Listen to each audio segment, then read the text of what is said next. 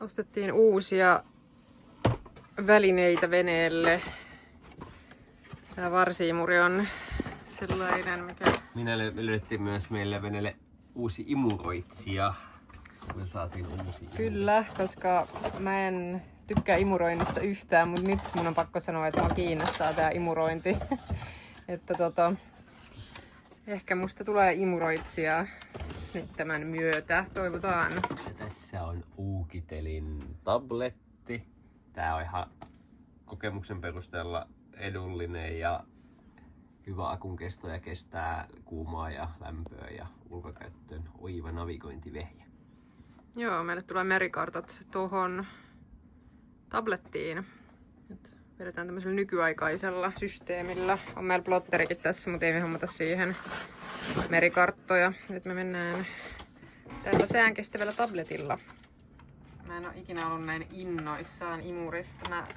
Oikeasti imurointi on yksi inhokki kotityö ja tiskaamisen lisäksi, mutta nyt mä oon aivan siis... Nyt mä ootan jo, että toi akku latautuu, että pääsee testaamaan näitä kaikkia. Että kerrankin elämässä tekee mieli imuroida. Eiköhän sekin innostus tosin hiivu, tai en tiedä, saa nähdä, mutta mielenkiintoista. Mitä sinä nyt teet? Minä meditoin täällä. Venemeditaatio. Aallot Oletko sinä meditaata ja nyt tulla tänne päin? Feel the waves. Noin. Mä en tiennyt, että sä oot nyt jo ihan hurahtanut hulluksi, vaikka me alkaa työs laiturista irti. Hei! Hello! Ja tervetuloa uuden videon pariin Heideli Sun Sailingin kanavalle. Tänään meillä on aikomuksena puhua vähän perinteistä, mitä meidän lähtöön liittyy. Joo, halutaan kertoa vähän vanhoista ja nykyaikaisistakin uskomuksista, mitä meren kävijöillä on aina ollut.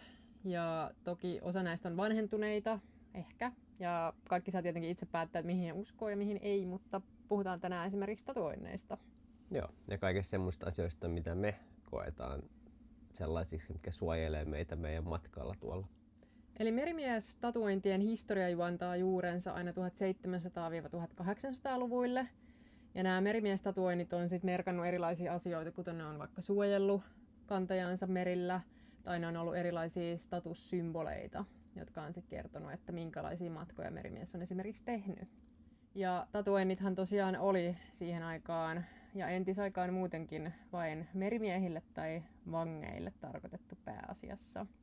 Ja nyt on turha oikeastaan kenenkään taivastella mitään tatuoinnista, koska me ollaan nyt merille lähdössä, ollaan molemmat merimiehiä, niin meillähän niitä tatuointeista kuuluukin olla. Ja mulla on ollut jonkin verran merimiestatuointeja. Nyt sä ootkin ollut merimies pitkän aikaa, Niin on. 15 vuotta. Kyllä. Mutta Evelläkin aika paljon tatuointeja, mutta nyt ihan tätä reissua varten, niin Evekin otti ensimmäisen merimiestatuoinnin. Mitä sä otit? Joo, mä otin haitatuoinnin. Jannellahan haitatska oli jo ennestään, mutta mä koin, että mä haluan ehdottomasti myös haitatuoinnin. Sen takia, että hai kuvastaa muun muassa rohkeutta, pelottomuutta ja se suojelee pitkillä merimatkoilla ja suojelee hailta ja monelta muultakin vaaralta, niin mä koin, että haitatuointi oli kuvaava ja tärkeä nyt ottaa sitten tätä reissua varten. Eli meillä on molemmilla haitatska, mutta mitäs muita? Sulla oli aika paljon erilaisia merimiestatuointeja. Joo, mulla on lisäksi pääskynen, mikä kuvastaa, että ainakin 5000 mailia on kuljettu, varmasti enemmänkin, mutta yksi pääskynen tällä hetkellä löytyy. Ja sitten on kompassi ja majakka, jolla mä löydän sitten perille ja kotiin asti aina. Sitten on esimerkiksi semmoinen uskomus, että jos tatuoi sian ja kukon, niin, ja ne pitäisi kai tatuoida jalkoihin, niin se suojaa sitten... Hukkumiselta, joo. Joo. Ja samoin kilpikonnakin muistaakseni vielä suojelee hukkumiselta. Joo, eli kaiken näköisiä siis erilaisia on. Sitähän on perinteiset ankkurit ja muut. Mutta googlailemalla löytyy varmasti lisää. Jokainen haluaa omille tatuoille omat merkityksensä, miltä ne sitten lopulta suojaa. Ja perinteitä on vähän vaihtelevasti, kun tuolla selvittelee, että kuka uskoo mihinkin ja miltä se sitten suojaakaan loppujen lopuksi. Meillä nyt on tällaiset suojelukset mukana.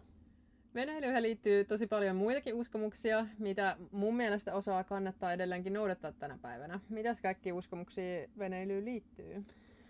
No vaikka ja mitä, mutta meillä nyt noudataan ainakin muutamia. Et banaaneja tänne ei tuoda. Banaanit perinteisesti sillain, että yleensä niin kuorelliset ja tommoset banaanitertut varsinkin, niin se on ollut paljon kaikennäköisiä hyönteisiä, mitä sitten ei ole sinne laivaan haluttu saastuttamaan ja kaikennäköisiä myrkyllisiä hämähäkkejä muun muassa, niin banaanit on ollut sellainen, että niitä ei veneelle tuoda. Joo, se on kyllä ollut täällä kielletty ja meillä yksi reissu oli, missä oli banaaneja mukana ja siinä tapahtui kyllä kaikkea epäonnista, joten meillä on vaan jäänyt siitä semmoinen tapa, että täällä on banaanit kielletty ja jos joku vieras niitä on tänne veneelle tuonut, niin se vieras on passitettu tonne laituriin syömään ne. Terveisiä Mikolle. Älä tuo tänne enää banaaneja. Mitäs muita kaikkia on? No viheltäminen on myös kielletty, että silloin kun vanteissa alkaa tuuli ujeltamaan, niin sehän kertoo, että tuuli nousee ja silloin pitäisi alkaa reivaamaan purjeita, koska myrsky on tulossa. Ja purjeiden reivaaminen tarkoittaa mitä? Meillä saattaa olla katsojia, jotka ei tiedä. Niin sitä, että pienennetään purjepinta-alaa, mikä tarkoittaa sitä isommilla purjelaivalla sitä, että koko miehistö on töissä.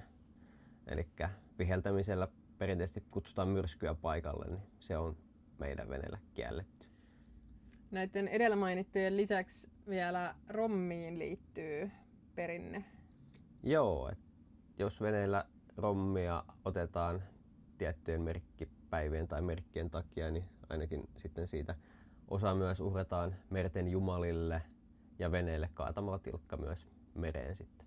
Kyllä. Ja vaikka sitä rommia ei itse tippaakaan joisi, niin sitä pitää aina veneellä olla säilössä.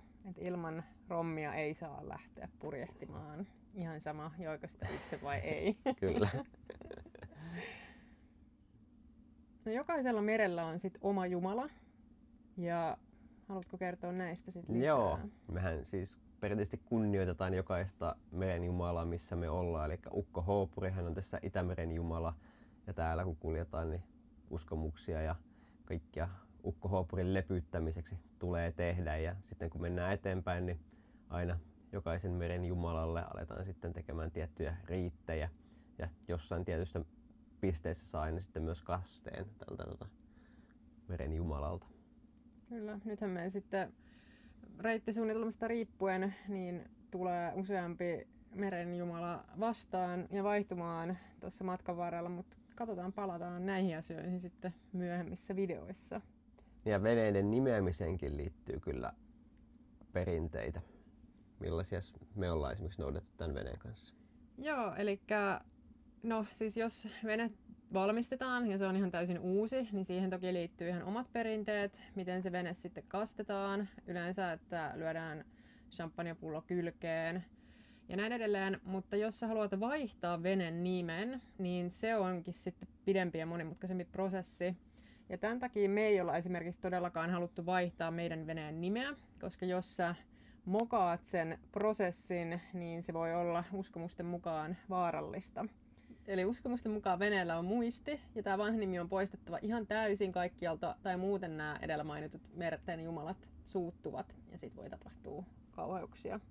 Ja miksi tämä prosessi olisi meille tosi monimutkainen on se, että tämä edellinen omistaja on tosi paljon kirjoittanut tästä veneestä tietoa nettiin, ja tätä nimeä on joka paikassa, ja kuvissa, ja ties missä, niin ei pysty vaihtamaan enää sitä nimeä, kun se on kuitenkin yli 30 vuotta tällä veneellä ollut, niin sillä mennään. Me lähdetään nyt huoltohommiin. Kiitos paljon kun katsoit taas videon. Palataan seuraavassa jaksossa. Moikka! Moi moi! Niin miten se nyt sitten toimikaan? Oliko siellä joku liipasin vai? Joo.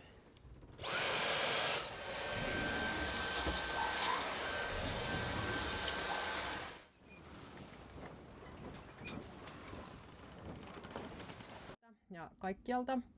Ja sen jälkeen, mitähän sun pitäisi tehdä?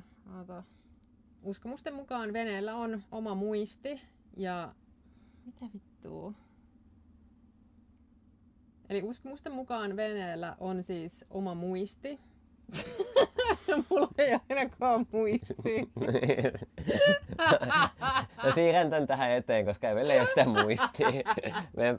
Veneellä on hyvä muisti.